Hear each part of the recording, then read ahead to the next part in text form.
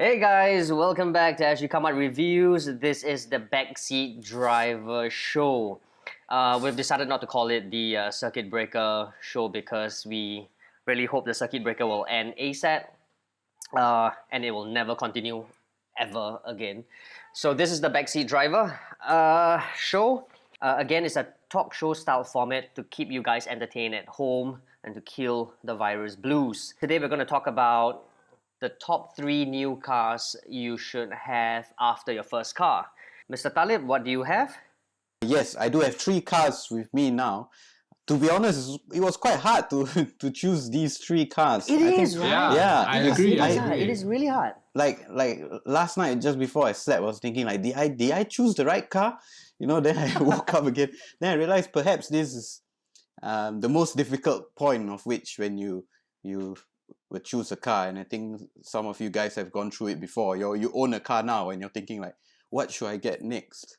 So it will never be easy. It will never be easy for people like us because we want everything. Exactly. So Yeah. Even the price range of 100,000 to 150,000, there's a lot of cars out there. Yes. yeah, it was so tight. It was so difficult. You know that. Okay. I do have sort of something to say or ask rather. What if my car is above 150,000? Does that count? Yeah, I pushed mine a little bit. A little bit, I think mine okay lah. Okay, fair enough. A little bit like 10,000, 15,000, a little bit, or like. yeah. That's how much. I Okay. pushed. Yeah. So I will We'll go do to that. my third choice. So in the back of my head, I was thinking like the person who upgrades his car probably will need a car which has more space. Now he has a family, he or she has a family, wants to bring the family around in comfort. Of course, he has to be reasonable also lah. And then the car that came to my mind first, and this car stuck on the list the longest, it never changed its place, is the Nissan Serena e-Power. Now, Whoa! I think it's very controversial, right? Because I think nobody would have expected this, and I'm pretty sure none of you guys have it in your list. Well, I wouldn't have expected that. Yeah. Actually, I it genuinely. it almost made my list, but I remember in the video review I said won't buy, but for other people I think it is a good choice. It is a good choice. I think it is. It's quite powerful also. It has 320 Newton meters of torque, I think. Let me just double check that. But yes, it is. You guys are 320. hypocrites, man. 320 Newton meters of torque. It is. I think it is the most powerful car in my list right now. It is an MPV. So Well done. Good stuff. And to me, I feel the MPV does the job best about bringing people around, especially if you have more than 4 or 5 in your household. Okay. And a lot of people buy MPVs also not because they always are bringing more than 5 people around. It's just having that extra space. You need to bring your parents around or your grandparents around. You have the extra 2 seats to put your kids there and whatnot. So that is my 5th choice. And I like the fact, rather my 3rd choice. And I like the fact that it is not really a hybrid. It's sort of like an electric car, and it's sort of an easy way to get into electrification actually, without the need to actually plug the car in. So yeah, I think if the petrol engine didn't sound so weird, that car would be a super big hit. That whining sound that you were complaining about. The growling sound. It sounds like an aircon compressor just at the back, just humming along and all that. But yeah, that's one downfall of it. But you don't have to plug it in. I didn't think it was that bad. I actually genuinely liked the Nissan Serena. I thought it was quite capable. It's very spacious. It looks kind of modern, and from what I remember, it drove really well. A very interesting mechanical setup as well. It is a very interesting one. And a very good conversation starter, like how I started this conversation today. Yeah. So, John, what's your 3rd choice? Actually, for my 3rd choice, it's also the same rationale as you. The guy who is upgrading his first car, he's probably married and have his first kid, and he's moving up from the small first car. And I think a lot of times we will think that a bigger car means a SUV, right? And that's actually what happened to me when I changed from my first car to my second car. And so, at number 3, it is the Subaru Forester. Well done. Because Well done. I'm speechless, man. I'm speechless. Yes, because you drive okay, I one. have to say, the Subaru Forester is the cheapest in its class. Compared to the CRV, the RAV4, RAV4, the yeah. CX5. The And RAV4 I is would- quite pricey, right? I think the RAV4 is about 130-ish thousand. Yeah, it's almost Okay. a Harrier's price, I think, right? I would go for Yeah, Harrier. it's also near the Harrier, but the Harrier is slightly more expensive.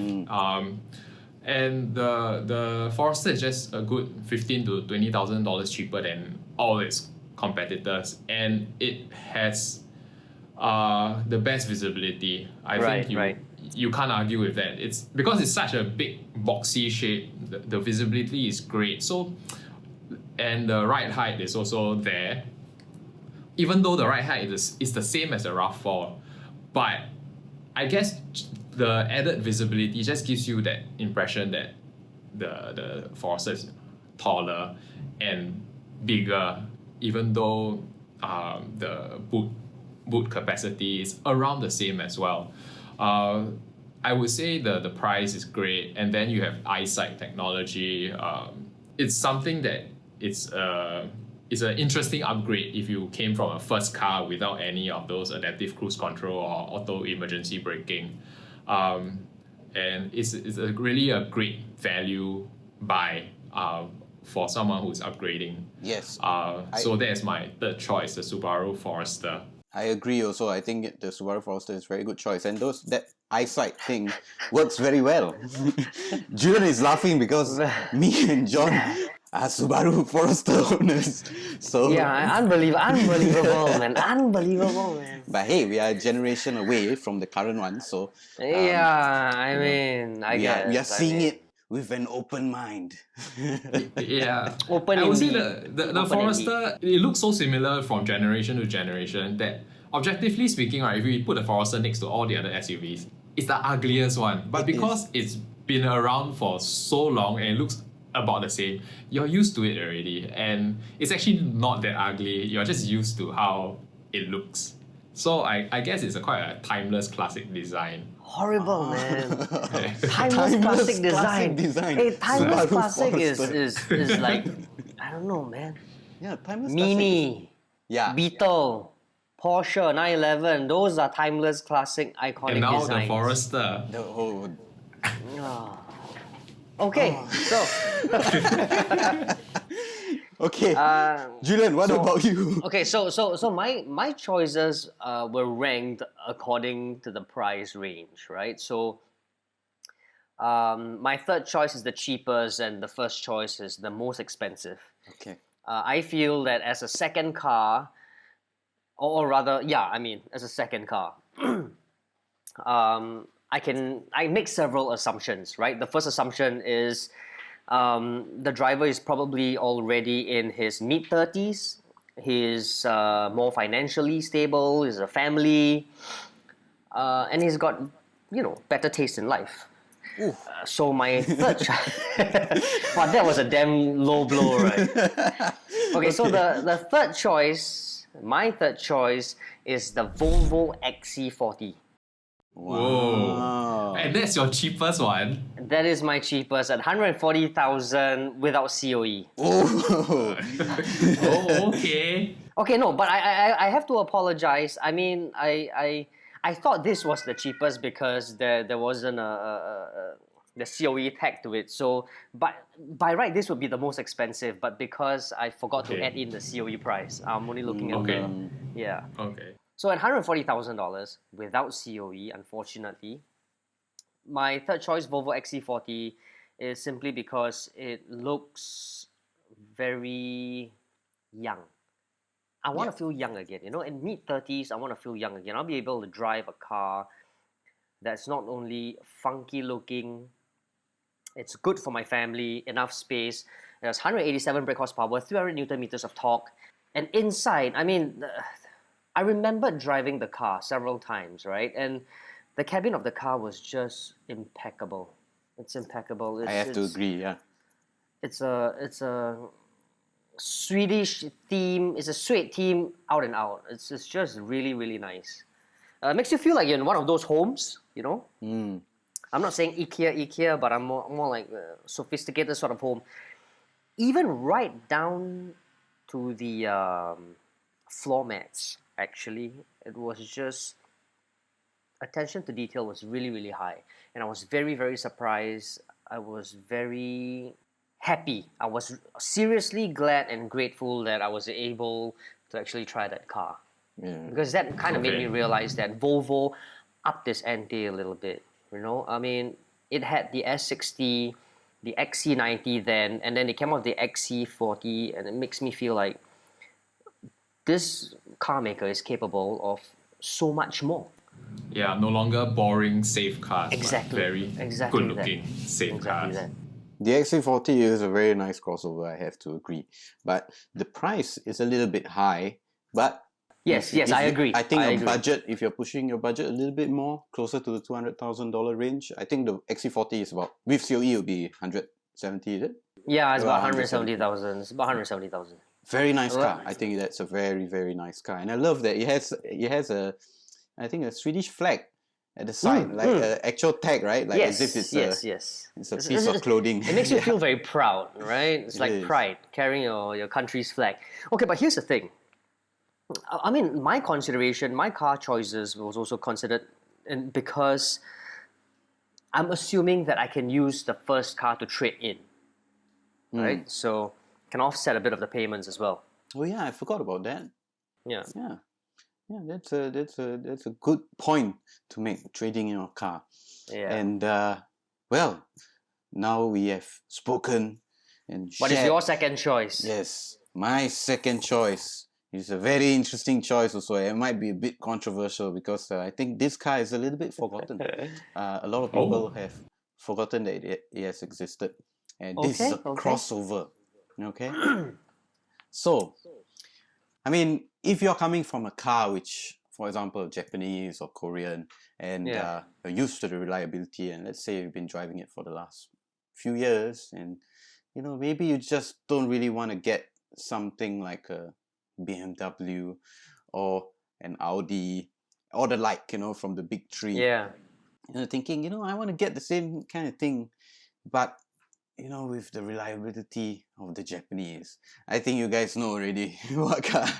It is a Lexus, and specifically it's the Lexus UX 200. It is, well, it's about 157,000, I think. Yeah. It's a little bit higher than the budget that I set, which was about 150. But the Lexus UX 200, this is the car which I sort of, you know, fought with myself quite a bit because, well, it just sits there and, you know, the build quality I think is quite amazing. Like the Japanese have really over-engineered a lot of things, like the materials in the car. It was some things I find is a bit unnecessary. Like, you know, they had the rear view mirrors are a bit tinted, if I remember correctly, right? And that's such a nice touch. I feel, you know, this kind Actually, of come to small... think of it, we should actually do the UX video review when circuit breaker ends. Yeah, it's actually quite a good idea. Because I drove that car in Sweden actually. I can't remember where at exactly, but somewhere in Sweden, and like you said, I completely agree. I don't know why I didn't choose this car actually. Now that you mention it. It's actually I thought you were gonna choose it for your third because you say like, you know, I'm a bit older. Yeah, and I have a bit of taste. no. And I was like, it's gonna be a Lexus. It completely slipped my mind, but because you know when you say Lexus, you usually think that it's going to be priced way above 150,000. We're talking about 200,000 and above. That's right. But the UX, you are right. It's often overlooked. It is overlooked. And now with the, you know, the Audi Q3, the one that I really wanted to choose the Audi Q3, but you know, the Audi Q3 is very well spec'd. I think, yes. But it's priced, I think, a little bit more than 100. Yes. I think just below 106,000, if I remember correctly. But the UX, you know, it's It's a very unique car. The interior is absolutely fantastic, and and the tail lights. The Yeah. tail lights is just a full-on one strip, right? It's like Yeah. the Cayenne, exactly. and it's actually one of the first few luxury car makers to actually come out with that. The first few. Oh, is it? Yeah, Oh, I it was the didn't know first few that. because I remember the introduction before the launch.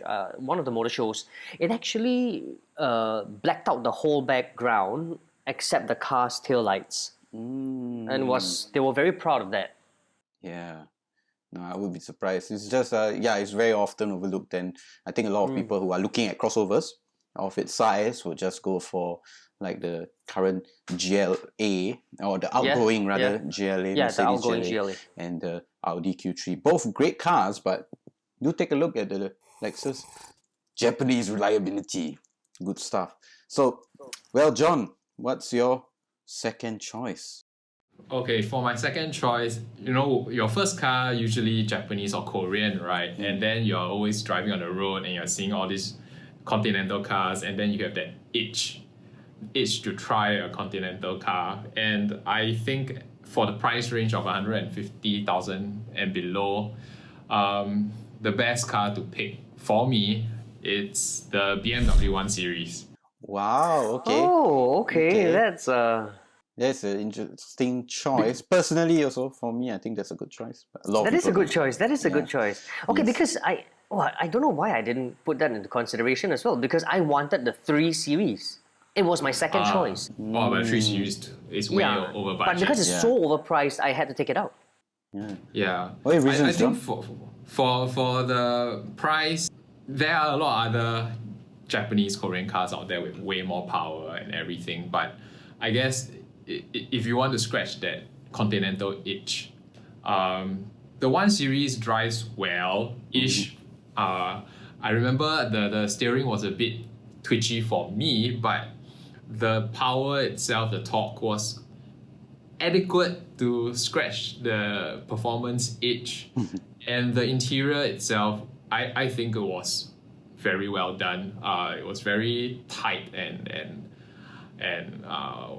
hunkered down. It felt like a proper German luxury car, and if that is what you are looking for, I think the 1 Series hatchback does that perfectly, and it is still rather practical. I think 380-liter boot space. The back seats, not really for 3 people, but I think for 2 people it's perfectly fine.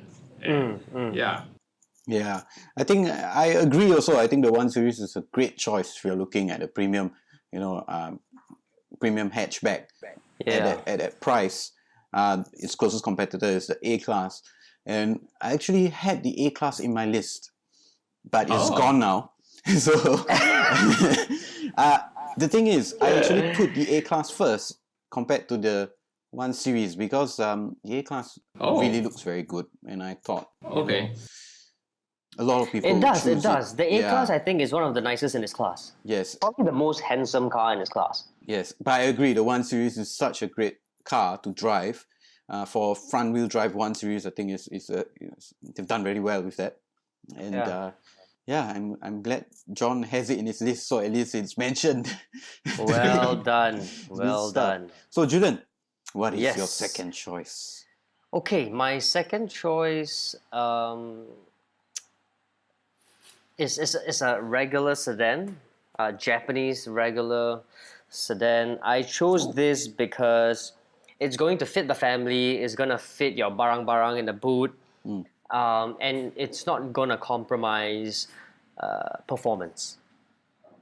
Right? So my second choice is the Subaru WRX. Whoa! I thought you were going to say Camry. No, the moment you said Subaru, then I thought it was going to be Impreza because No, there's no way it's it's Subaru going to say WRX. I mean, come on, it's 155,000.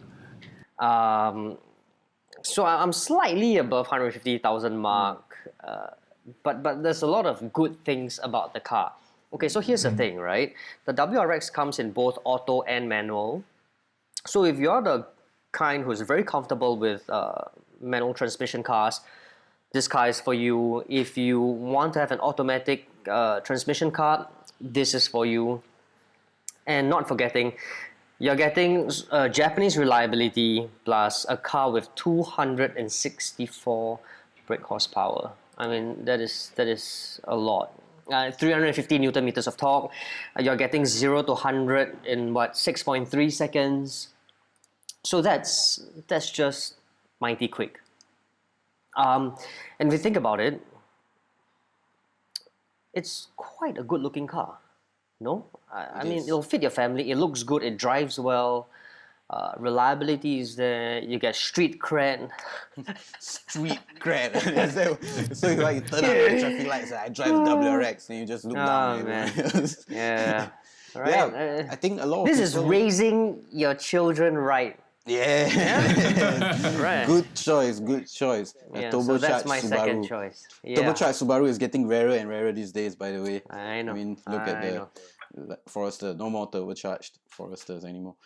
But yeah, I think the WRX is, a lot of people don't look at it because at that price point you can get a lot of hot hatches. I think. Yes. And if you talk about sedans, performance sedans, the RS245 comes way cheaper. Yeah, 20,000 cheaper. But I think that is a very special car, especially in manual transmission, the WRX, and they're still selling it, and I think that should be celebrated because, I mean, do you see Mitsubishi still selling the Evos? They've sort of stopped. So like a performance Japanese sedan has ceased to exist anymore. So yeah, I'm glad you have that in your list because I totally forgot about the WRX. Yeah. I should be the guy saying having the WRX in my list, but else. I wanted to say the Honda Civic Type R, the FK2, but then it's way expensive, so it had to be excluded. With COE, I think it's about 180,000, right? Yeah. Wow. It's about 180-ish, yes. All right. So we are down to our number ones. Yes. And I have my number one. And this I fought with myself. I didn't sleep properly last night because of this, because I'm like, no, I'm not gonna put the A-class inside. I'm not gonna. Yeah. So you know that the A-class is not first. So my first choice is, I think some people might not, I think you guys won't have this in your list. Okay. It is the Mini Cooper S Clubman. Ooh. Clubman. Clubman. Ooh. Oh. Yes. Personally, I would take the Mini Cooper S, the 3-door, or pushing the budget up way more, then I'll go for the JCW. Mini Cooper S, JCW, the 3-door. But I think if you have a family, you want to be a bit more practical, and the Clubman will work. Yeah, and the A-Class is a very good looking car, but the A-Class is also about 150,000+, either for the hatchback and I think for the sedan, so that's quite a bit of money already. Whereas the Mini Cooper S, now we're not talking about the Mini 1 or the Mini Cooper, this is a Mini Cooper S, just below the JCW, right? And it's 154,000. Just above 150,000, and I was quite surprised when I saw the price at 154 because I always thought that it was a more expensive car, and a lot of people do have that in the back of their heads. Also, I think a lot of people think that the Cooper S is or rather Minis in general are expensive cars. Yeah, and I think I think it's quite a good choice. The Clubman especially. I say it's a good choice because I chose it. But yeah, Clubman, I mean, it's not as practical as a lot of 5-door hatchbacks out there, but it has the style, And it drives very well. It's probably one of the best driving Mini I've ever tried. Oh, really? The Clubman to me is the most sound 5-door. Can I say it's a 5-door hatchback? It's 6 doors. 6 doors. Yeah, I mean, it's the most sound 6-door hatchback I've ever tried. Yes, and I like the Clubman because it is originally 5 doors. It's not like the Mini Cooper S 5-door, which is a 3-door. That still looks a bit strange to me. So if you want 5 doors, just go for the Clubman. I think that works really very well. I think the Clubman now has grown a lot. I mean, the previous generation, I like the previous generation a lot. I think that was really special, but the door was on the wrong side, so it wasn't really a very good idea if you're having kids. You know? Yeah. We literally throw them out into traffic. Well, I mean, you could have the Countryman. The Countryman is a 5-door as well. Yes, the It's Countryman an is a 5-door. exploded Mini. Yeah, huge, absolutely huge. I think Yeah. the And the handbrake. Do you remember the handbrake was like a aircraft lever? It was just a thing where you pull up this way. It's Oh, not. is It's it? not like a. It's literally a handle. That's a handbrake actually. Oh, really? I never noticed. Yeah. It's weird, but it's too big. I think it's too big to be a Mini. Yeah. So Yeah. that is my number one, Mini Cooper S Clubman. I thought I would never have a Mini in my list, but I have one. All right, well done. Good for Quite you, man. proud of Oh. myself. So, John, let's hear Well, number it- one. If it's controversial, It seems that I'm the only one who played by the rules and looked for cars between $150,000 and $100,000. Hey man, rules are meant to be broken. Well, but it was really What are you hard talking because about? when you go to sgCarMart, you put 100, 150,000. You have all these choices of cars, but you just put 160,000, and boom, you get all these. Yeah, like another okay. Yeah. 20,000 cars comes out. Yeah, and then Okay, you put okay. another 10,000. And I mean, that's the problem, you see. So I stopped myself. Said, okay, 160 was the max. Just break the rules a little bit. So Okay. Because if I could push the budget a bit more, the WRX would have been my number one. Because yes, it's super practical. It's in a way it's a sleeper car. If you debadge it, right, you can smoke people and people will know what hit them. But I play by the rules and we WRX people don't play Yeah, by rules, man.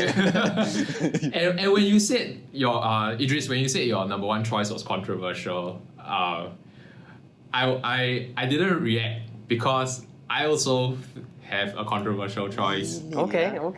Because my number one is the Mini Cooper S. It's just $148,000. Well, I thought I So was- it's within budget. Why I picked the Mini Cooper S? If I could have picked the Clubman, I would. Okay, because of budget. But when I test drove the Clubman, it was the most fun drive I've ever had. Right.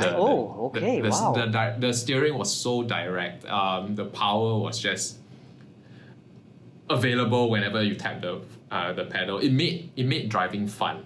And I think for someone who's upgrading his car, and when you're at 35 years old, you're supposed to be near the prime of your life and your career, and you should have a car to match that period of your life. It shouldn't be something too practical and too boring, because when you're 45 and above, starting to drive fast cars will feel a bit forced, I think. You should drive it while you're still young, and that's why the Mini Cooper S I feel is insulted, my number man. one. I feel insulted. I don't know No, whether to you're- be complimented or insulted. You're not I 40 mean, yet, what? yeah. I mean, because my next car is actually still a performance car. Your current car is still a performance car. Yeah. I think I'm the oldest one in the book here. Ah. Even though I'm young, but I'm driving the oldest. Yeah, so the Mini Cooper S was, I think based on my experience with the Clubman, the Mini Cooper S will be slightly better because it's shorter. So it will probably handle much better. And it's the same engine. And I like the quirky character of the Mini Cooper as a brand. When you go into the interior of the car, it's just so iconic. There's no other manufacturer that can replicate what Mini does with its cabin. Yeah. So it's just special. And I the- completely agree. Completely and the agree. And the best part is that Mini is technically owned by BMW, but they still make the interior so special, very unique to Mini. I mean, Yeah. If you compare to like other brands which share platforms, like Volkswagen and all that, you get to see a lot of buttons and switches which are shared across the range. But with the Mini, you don't get that. And I think that's very true. And I think one of my best drives also was in a Mini, specifically in a Mini JCW. And yeah, there were 3 of us in the car, and we went all the way to Terengganu.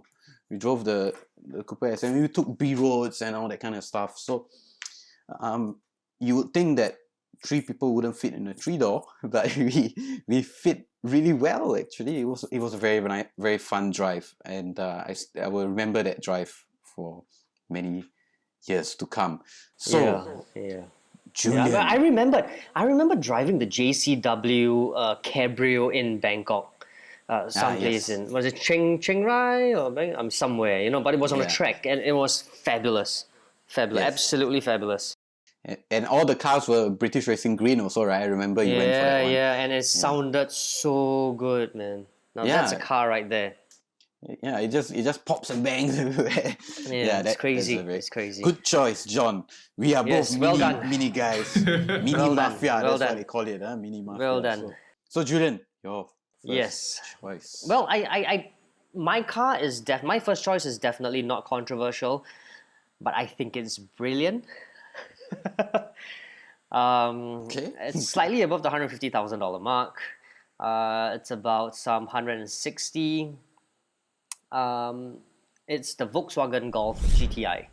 Oh, yeah, another hot hatch. Yes. To me, I think this is the epitome of what a hot hatch should be. How a hot hatch should behave. How it should look like. The Golf GTI represents everything. Yes. It's an icon. It's a cult car, and at 160,000, you're getting 350 Newton meters of torque, 227 brake horsepower. It's under 6.5 seconds, 0 to 100. So you get all that performance, right? But you also get ample space for 3 at the back. You could have a baby seat and have another 2 more seats available for the kids or the helper or your parents. Your wife will be beside you. All the pram and stroller and whatnot, the bags, the barang-barang will all be in a boot. I mean, what's not to like? If memory serves correctly, I can't remember. I think it must be some 380 liters of boot space. Am I right, Idris, or could it be lesser? I mean, I think it's about there. Yeah, because I know it's below 400. Hatchbacks in this class is usually about 350 to 380.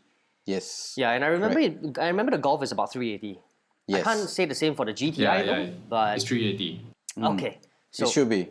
Yeah. Yeah, so to me, this is all the hatchback that I'll ever need, all the car that I'll ever need at this price point, right? Well, yeah. I kind of regret not choosing the GTI though, even though I'm a Volkswagen guy, which is very unfortunate. I'm sorry, Volkswagen. Please treat me well when I come for servicing soon. No, but here's the thing. The all-new Golf GTI made its debut at the Geneva show online because of, unfortunately, COVID-19. Geneva Motor Show was cancelled, and now they launched the car online. The car looks very good, actually. Yeah, I actually like it though. A lot of people say that, it's not much different from the previous one because it just slimmed the headlights. I completely disagree. It's so nice. Yes. It's one of the nicest cars. Yes. The interior now is the Mark 8, the GTI that just launched. Yes. The interior is quite something, right? Yeah, it's Audi levels of interiors really. Well, Volkswagen Group. Good, very good choice. I agree. Hopefully, I'll see you in a Golf GTI very soon. I hope if I ever buy a Golf GTI, I mean, it has to be with tartan seats. Tartan seats, yes. That's the right one. Okay, the only thing I feel weird about the Golf GTI Mark 8 is that the gear lever is really short. I remember seeing the pictures and it's just really short. It's just like a little stub, right? Yeah. So weird. Yeah. I think it's a bit strange. I think it's like those new levers where it's like it must be the electronically. Yeah. It's just so weird. So weird. But it's cool. It's very cool. It's a car that I'll seriously consider if I have the money. Great. So we have 3. All of us have announced our 3 cars. Okay, cool.